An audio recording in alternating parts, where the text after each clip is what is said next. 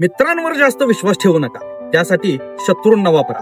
मित्र नेहमी साथ देतात असं वाटतं ना, पण जेव्हा तुम्ही यशाच्या शिखरावर पोहोचता तेव्हाच काही चेहरे हळूहळू मुखवटे घालतात आणि तिथून सुरू होते तुमच्या जीवनाची खरी परीक्षा.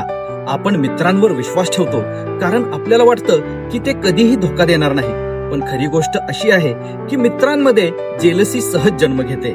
तुमचं यश त्यांच्या असुरक्षिततेला चटका लावू लागतं आणि मग ते हळूहळू तुमच्याच मागे विष पेरायला सुरुवात करतात. मित्रांच्या भावना माणसाला कमकुवत करतात कारण त्यांच्याकडून धोका मिळाल्यास तो जास्त दुखावतो, पण शत्रू तो नेहमी प्रामाणिक असतो कारण तो तुमचा द्वेष करतो आणि ते तुम्हाला माहित असतं.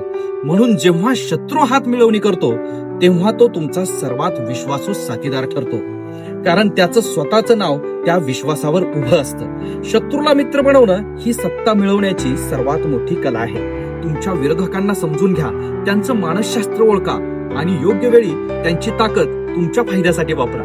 जीवनात नेहमी लक्षात ठेवा, मित्र आपल्याला सुख देतात पण शत्रू आपल्याला दिशा देतात. फॉलो करा, कारण इथे शिकतो आपण 48 लॉज ऑफ पॉवर बुकचं रहस्य.